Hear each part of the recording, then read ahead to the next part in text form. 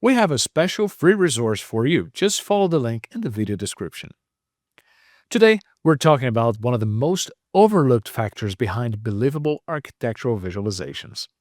Now, Yanni, how much of an architectural visualization scene comes down to context, assets, and storytelling rather than the rendering settings? Yeah, well, yeah, render settings. It's kind of a dirty word, especially for uh, you know uh, junior artists, or so to say. But it was something I always like to fiddle with and experiment with. However, yeah, now render settings is pretty much the default render settings is what works 90% of the time. So yeah, mostly it comes down to the context, as you said, and the story about the building, the project, the story about the project, and in the end, the client doesn't care too much about the render settings. They want to sell their project, sell their product. So it's mostly about what the visualization tells the users, not the render settings so much.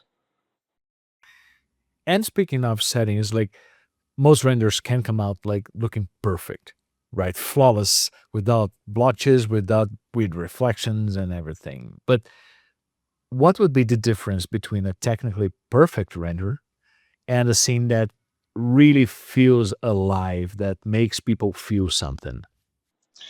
Yeah, of course, having a really perfect render and realism is really important nowadays.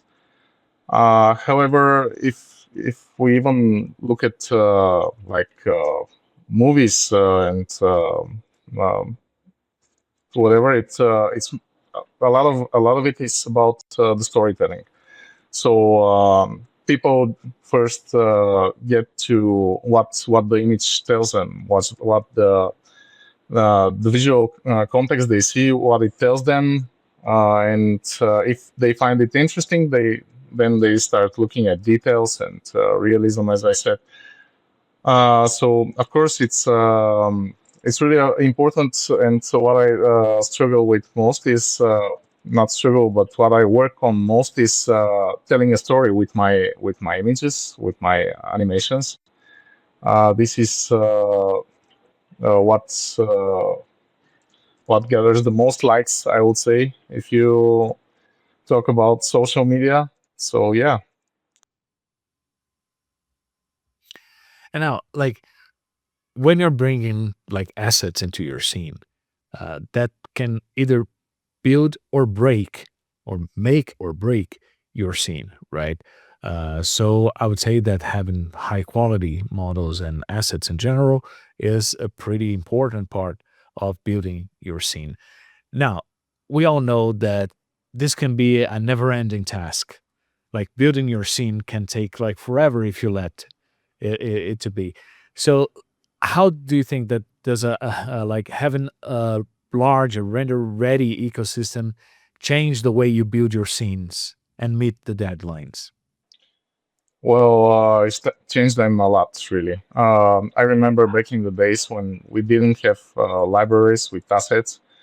Either you have to model them yourself, or a little bit later, there were still some libraries online, but you have to search through the whole internet, find the model you need, find the correct formats for your software, um, to be compatible with your software, download it, pay for it, and then it was a nightmare, at least for me, to get all these assets together. I mean, like the model assets, the textures. If the material of the assets you're importing in your scene is compatible with your scene, it was all horrible. So basically, one asset could take you an hour even to import into your scene. And I don't even want to talk about building the whole environment around your building, for example. So since I'm using Cosmos, it's just all of this can happen in minutes. Just drag and drop everything, and you can actually. What I do is spend a lot more time on the storytelling, as I mentioned before. on paying a little details to the assets I import, finding exactly the type of assets I most like from all the variations we have, and just the one that actually adds to my composition, and not paying so much attention if the geometry of the asset I just found online is correct. So yeah, it's and if we talk about, for example, the Cosmos scatter presets, there the story is like you can build the whole forest behind your building with a drag and drop. You just throw a grass preset, throw a bush preset, throw a forest preset, and basically your basic basic level of the environment is ready. And this is literally in minutes. So yeah, I love it. And to be honest, like I do love the Chaos Cosmos library because it takes away from like you having to worry whether the asset's going to work or not, Yeah, whether it's high quality or not, and not having to leave your DCC. Like if you're using Max, I use 3ds Max, not having to leave that window in order to absolutely. find my library, say like okay, I have this downloaded already, and everything just works out of the box. To me, it's like it was game changer when it came, and I can't see myself not using Cosmos Absolutely, really on absolutely. my professional work. Yeah, actually, since I've been using it, I sometimes talk to artists that are still not using it or haven't heard about it, and I'm like, "K- why are you not using it? It's so easy and it's free with V-Ray and with the other Chaos products." So just they haven't seen this little button, I think, or haven't paid attention to it, but it's right there, and it's really cool.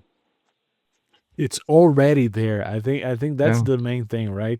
yeah, If you installed V-Ray, you already have Chaos Cosmos. It's just a matter of pushing that, round moon-like button yeah, and use it basically. You just have to, and this is something that is interesting. If you don't know Chaos Cosmos, you literally drag and drop. That'll be it. yeah, And it will do all the hard work. It will get the correct version, the correct geometry. It will find the maps, whatever they are. It's like, it's just crazy good, really. yeah, Like, it's a no brainer. yeah. Totally changed the workflow for me. Yeah, Cool. Yeah. Thank you so much for this conversation. And guys, remember, go to the video description for your gift, and I'll see you in the next one.